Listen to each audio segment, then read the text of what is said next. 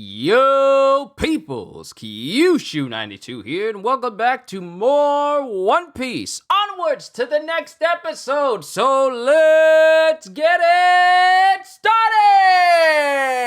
You know, this is something that I haven't really been talking about much whenever I do a reaction to One Piece.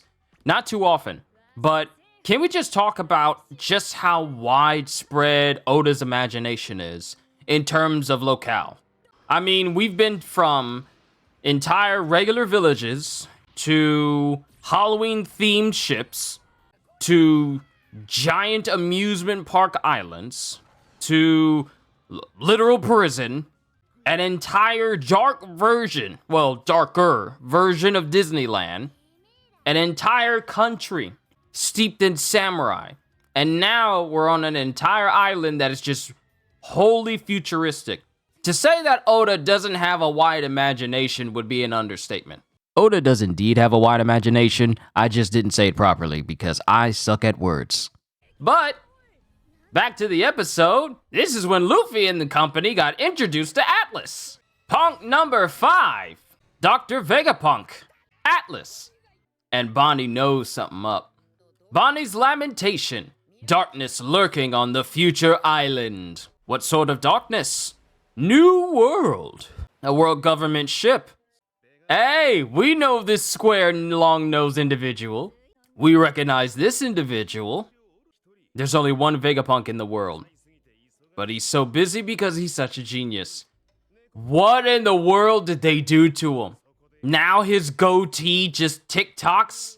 And apparently Vegapunk has split himself into 6. Those offshoots are called satellites.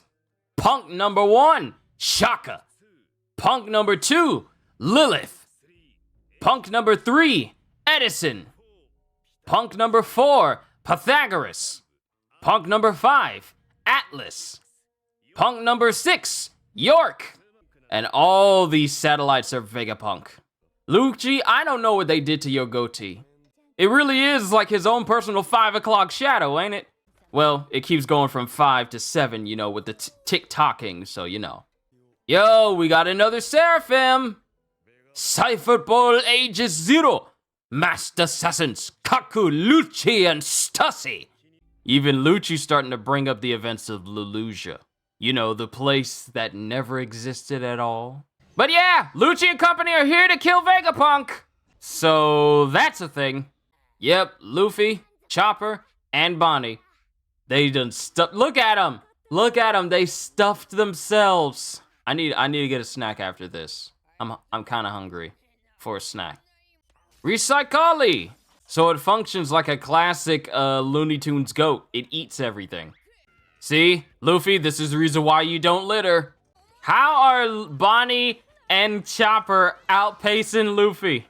Well, never mind. They're not really outpacing each other since they're so fat right now. What do you know? I called it. Recycoli will not tolerate littering. Well, they managed to run off all of that weight because they're back to their normal sizes. And we have actual people here on Egghead as well. And of course, Luffy is the one person you don't want pressing buttons because he has absolutely no idea what he's doing.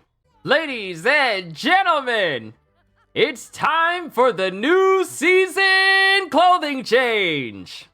Time for Bonnie, Chopper, and Jinbei to get a change of clothes too. I got a question. Does anybody eat food with gloves on? I see Luffy eating that slice of pizza, but does anyone eat with gloves on? Bonnie's got a new outfit. I feel nothing. Chopper's got a new outfit. He looks cool. And your boy Jinbei looking like Grandpa Max from Ben 10. No, scratch that. Tito from Rocket Power. Bonnie just casually saying, I'm gonna go find a weapon and track down Vegapunk with a smile on her face. Oop, Luffy with the observation hockey. He can send somebody. Yo, it's Kuma. Kuma scanning. But I wonder if he'll find Luffy and company. And Luffy does not waste time hockeying up. Look at Luffy with the future sight. He automatically could tell that Kuma was targeting him. Dine and dash and stealing clothes. Woo! Now you see Luffy, he ready to fight. Jinbei, he ready to fight. However, yo, Bonnie! Bonnie kicking away Luffy. He's my father. We get the tears. The only family I have left. Now we find out that the father that Bonnie said was turned into a cyborg was Kuma himself. Whew. Woo! Vegapunk, I think you need to kind of tone it down. He needs to tone it down with the pacifista explosions. You're taking out your whole island. But we're with Beppo and the Hard Pirates. Ooh, we got Law. Looks like the Hard Pirates are heading right into a storm. Oh! Oh! Oh! Zah!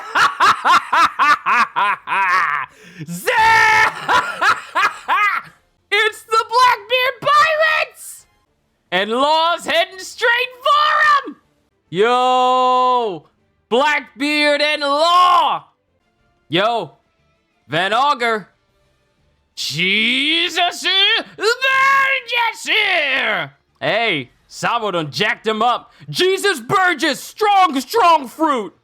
And Van Augur with the warp fruit! Stronger horse fruit! And Doc Q sick fruit! Also have to clarify, stronger with the horse fruit model mythical type Pegasus. And Blackbeard! Look at the face on Blackbeard! We'll feature our captain, the leader of the Hard Pirates, Trafalgar Law. We'll look back on his life. Make sure to tune in to get a taste of our captain's awesomeness. On the next episode of One Piece, a project to fully enjoy, Surgeon of Death, Trafalgar Law. Our captain is the king of the pirates. Oh, so next episode is going to be a recap of Law's life before we get him duking it out with Blackbeard. Okay.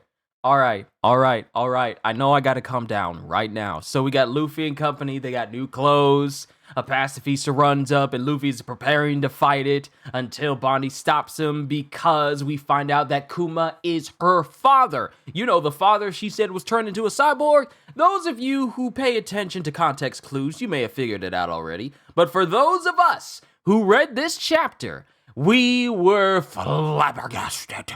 Absolutely flabbergasted. And things did not slow down from there. I'm just saying. Because we end this episode with Law running into Blackbeard. And we see that the members of the Blackbeard crew have new devil fruit powers. Jesus Burgess. He's got the strong fruit. We got Van Augur with the warp fruit. We have Stronger with the horse fruit mythical type Pegasus model. And now we have Doc Q with the sick fruit. More members of the Blackbeard Pirates have devil fruit powers now. And now we're about to get a clash between Law and Blackbeard. Of course, we are getting a recap episode before we get this titanic clash of these titanic captains and their Commodore versus Law and his crew. Well, for one thing, I get to rest for the next episode because it's just going to be a recap of Law's life. We've seen it before. We've seen those episodes. But what's about to transpire between Blackbeard and Law? You anime viewers aren't ready. As a manga reader and an anime viewer, it is my civic duty not to say jack. But none of you are ready for what's about to happen between Blackbeard and Law. None of you are. Oh, goodness gracious me, when I say Oda cooks this whole arc, he cooks. I mean, he's got the big pan. You've seen the gif. the big pan where the guy is cooking that gigantic pan of rice and he's just shaking it and he's just throwing it up in the air and it's just like scrum-diddly-umptious. Truly scrumptious. He's truly, truly scrumptious. Oda absolutely cooked this arc. My heart is so unruly because he cooked it truly honest. Truly, he did. I cannot wait for you guys to enjoy this whole arc like the rest of us manga readers did.